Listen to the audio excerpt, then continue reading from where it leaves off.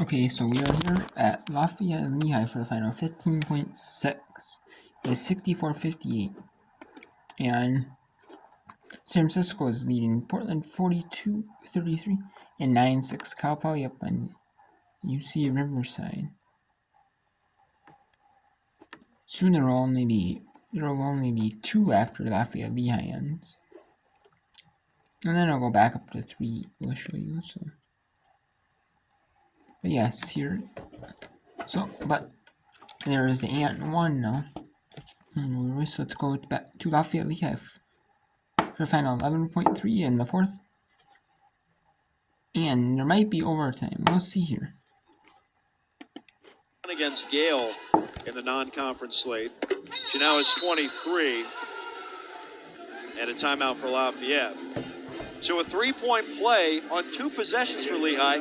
They get the 3 free throws from Stemmer, and now they get the 3-point play. So they got it within 4, but there's 11.3 seconds left. It's still a lot of time, Matt.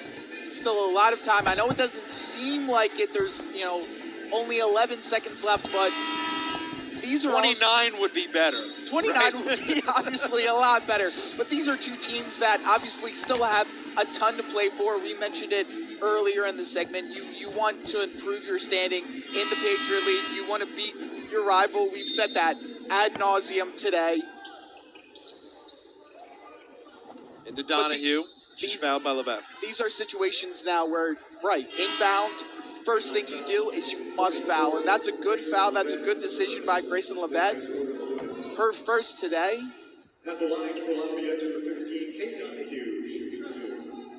76.5% of the Leopards today. They came in at 67.9 from the line. That one did not go. First miss for Donahue, who had been 6 for 6. Although at 64%, to say the least. Game, 8 seconds. Trying to drive through. McQuillan gets it. 5 seconds. Did not get the foul, though. And a timeout called by Lafayette. Seems like it's almost automatic. Colleen McQuillan sprint.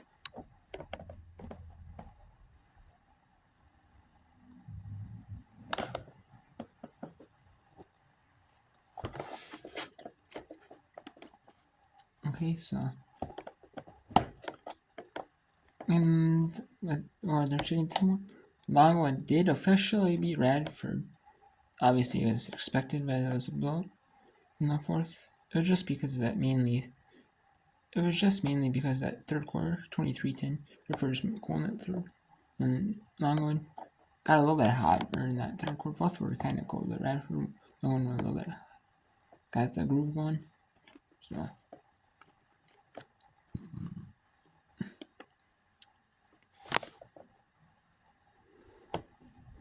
And this is just one of those games on the East Coast. To play on those Colleen McQuillan layups. Oh boy, what do we got here? Well, Lehigh wanted a foul as Megan O'Brien was kind of shoved. They did not get that. We'll take a look again on the inbounds. Watch Haley Smith, number 32.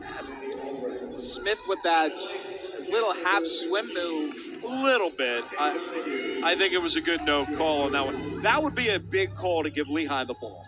I think down by 3 with now 3 seconds left. I think that was a very smart decision by this officiating crew. Huge free throws here. That made it a 4-point game for Donahue. She's got 12. You can still get that and 1 on a made 3. Now it's a 5-point game. Lehigh will call what should be their last.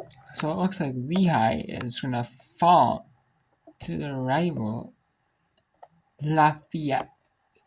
And Lehigh is it's just unfortunate, Lehigh, trying to win at home, win another pink game, and in front of the home crowd, and in front of the fans, and, if they're, and the friends and family of these players are at the game,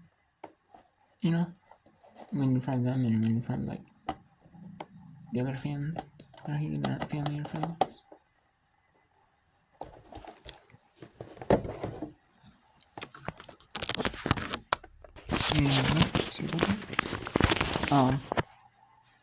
After 3, it is San Francisco leading Portland 48-30, and there is after it is the end of 1 at UC Riverside. It is 16-13 in favor of Riverside, or in favor of Cal Poly. My bad. Excuse me, my bad.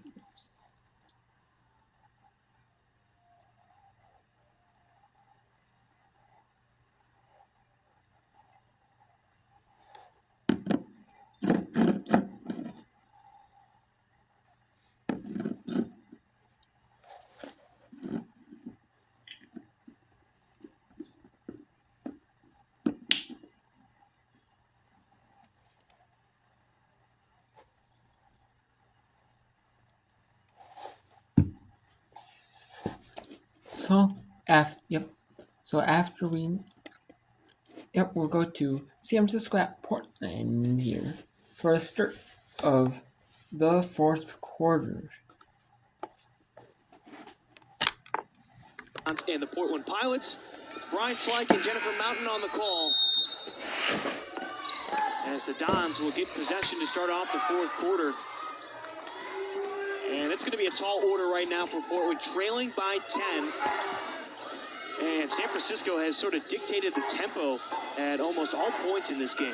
They certainly have, and, they outscored the Pilots 20-10 in that 3rd quarter. And Dos Santos right at the rim with Cochran.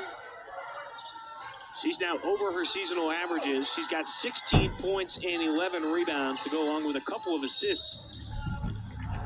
Dickey trying to get some space and cement herself near the paint. It's Worth with the foul. First team foul in the 4th quarter. Her first and team's first in the 4th quarter.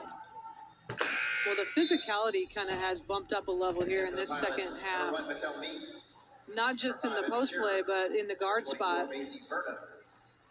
USF doing a great job of being aggressive.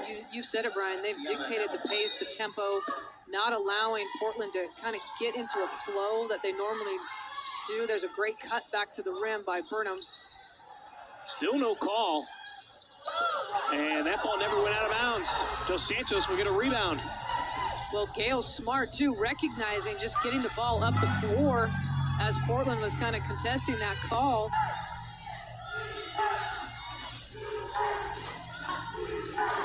Back inside of Dos Santos. She's had success the last couple of times, and Cochran swallows that ball up. Her 4th block as a foul called. Well, that's unfortunate, that call right there. They had a 4-on-2 situation in transition, and here comes Cochran with a huge block on Worth. And then getting out and going, they had numbers. Kind of come from behind foul right there. Worth just picked up her 2nd foul, team's 2nd here in the 4th. Cochran shoots at the elbow as Burnham goes over Fulcher, and that'll be a foul on her. That'll be her 4th personal. Team's first foul here in the 4th quarter, and you're going to see a sub now. Mogul in for Burnham. Yeah, that's one, she's just got to, know not to go. Cannot pick up a 4th foul here with almost 9 minutes to go, and they're going to get a hold on Mogul. Yep. That'll be Mogul's first, team 2nd here in the 4th. Well, Portland picking up quick fouls. Certainly don't want to put them in a situation where they're at the free throw line. Speaking of the free throw line, Portland still has not attempted a free throw. I don't know if I've ever seen that. Shearer knocked it away, but off of Portland, it'll stay with the Dons as Dickey not happy with that call. Lets the referee know about it.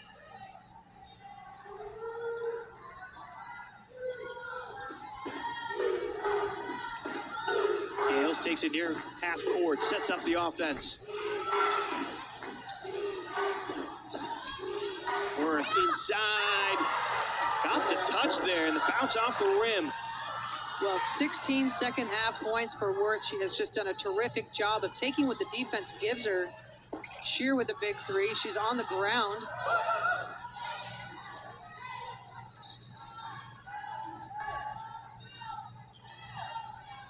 It's now trailing by 14, and things starting to look a little bleak as Burnham already back at the scores table, ready to check back in. Well, they just cannot get into the pace that they want to play. Credit San Francisco doing a great job of controlling both ends of the floor. And they're controlling the clock right now deep with 2 on the shot clock. Leachy just puts it up, and it's rebounded by Shear. No contact with the rim, though. Cada checks in for San Francisco, and Burnham back in for Portland.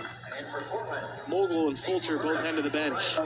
Well, Portland has the ability to score and score quick. So if they can get themselves in the next few minutes back into some type of rhythm offensively, get their press going, create turnovers, they've got a chance, but they've got to make a move here shortly.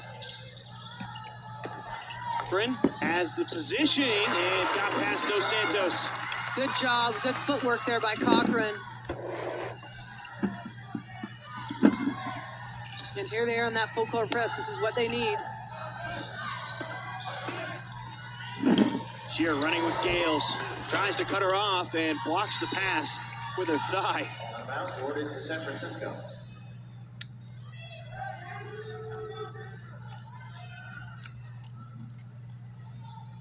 Gales will inbound, 23 on the shot clock, 7:16 remaining in the game. And San Francisco right now, they're not going to try to rush for any shot. Just milk that clock as much as you can. Kickball violation. Kickball. Possession will remain with the Dolphins. And San Francisco's going to call a quick timeout here. They'll get the ball back with 20 on the shot clock. As it's 40-52 in favor of San Francisco. They've got a 12-point lead as we head to break. 7:07 remaining in this contest. We'll be back on ESPN+.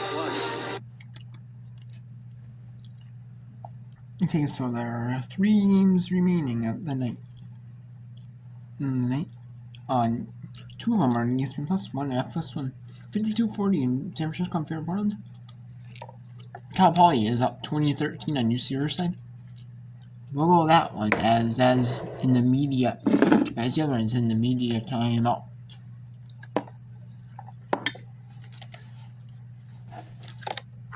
Okay, so there are 7 minutes remaining at Riverside here. And this is a big game in the Big West.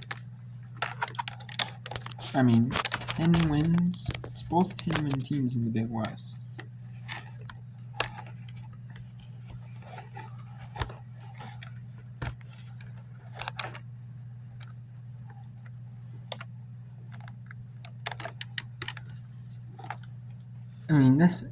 Two 10-win teams in the Big West. I mean, you're chasing Hawaii in the Big West. Both are. But, I mean, both can get a good spot in there. Kapali is we got 3, 4, 5.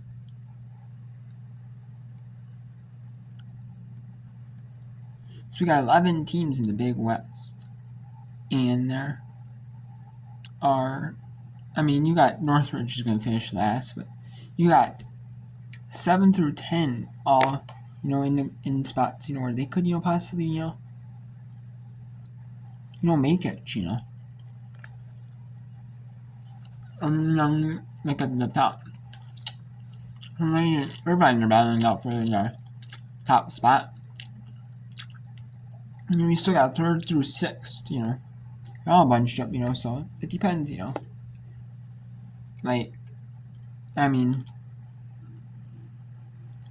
gonna play that first day? Because the 6 has to play 11, the 7 has to play 10, the 8 has to play 9 in the first day. Because the top 5 will get the bye, the second round, the quarterfinals. And that's what you don't want. Is to have to play that bye as the 5, as you don't, as like the 6. You don't want to have to play that game, as the 6. You want to actually avoid being the 6, and be the 5 at least. I mean, because then going into the second round, you got a fresh opponent. At least as the 5, you have 2 fresh opponents, you know, the 4 and the 5. You know.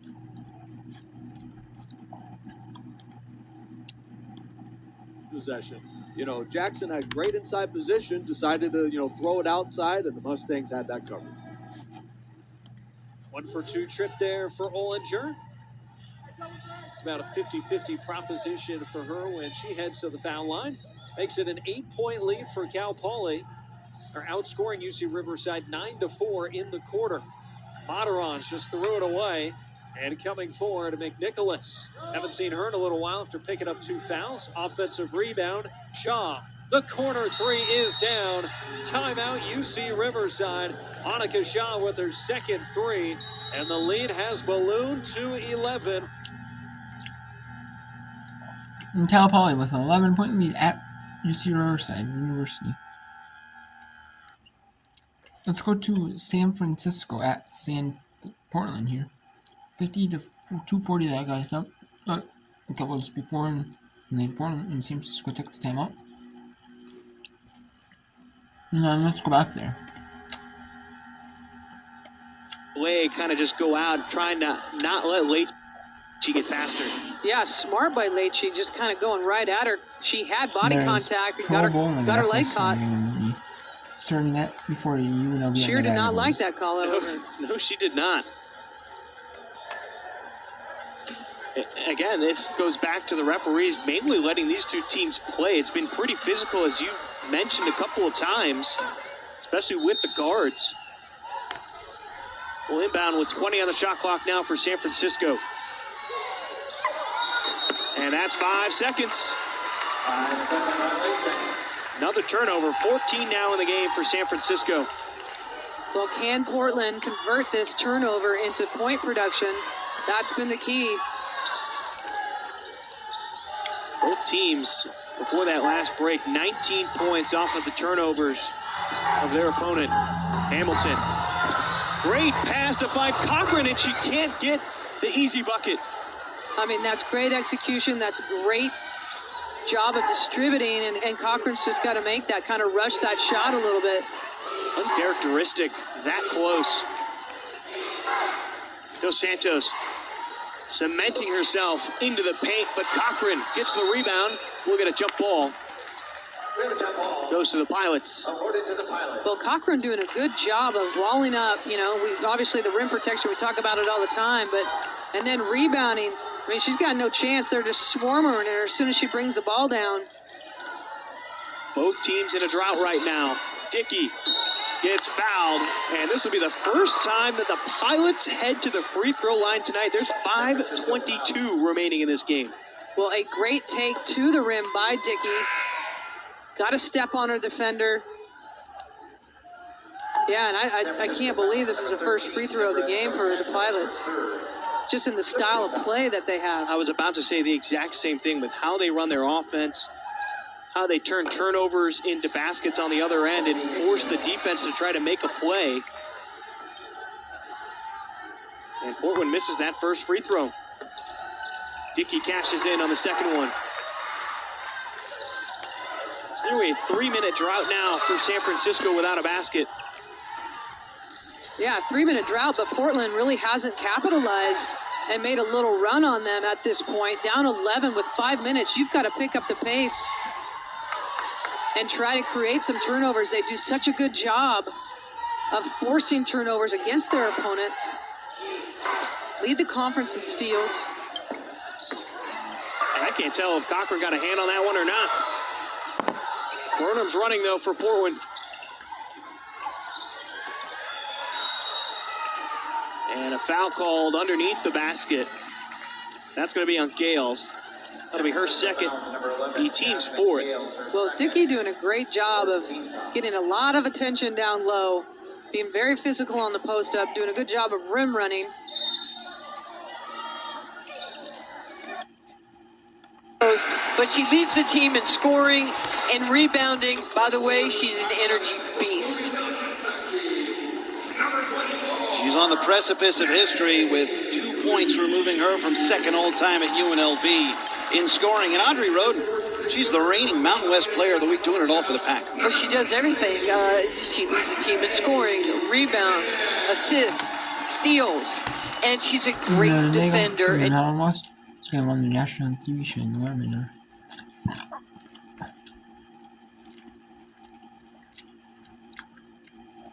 And they're just starting that one here in F Festival. Sunday to San Francisco Portland now. Seth Dawn team. And that's a big basket. 3 different Dons players now, all over 15 points. 15 for Gale, 16 for Worth, and 16 for Dos Santos. Another pass too far in front of Burnham. Well, just the turnovers again plaguing Portland. Not having the right angle to make that pass. 17 turnovers now in the game for Portland. Luigi all the way to the cup, but can't finish. Well, that's a great look right there. Help defense. So, we'll go back to part 2. Make another part here about the league minimum 20 minutes. But San Francisco is up on Portland 55-41. 28-17. Paul is up on the rest of 3-3-6 in the first half. And 9 and just starting the game. UNLV and Nevada scoreless. Just started though. On F this one.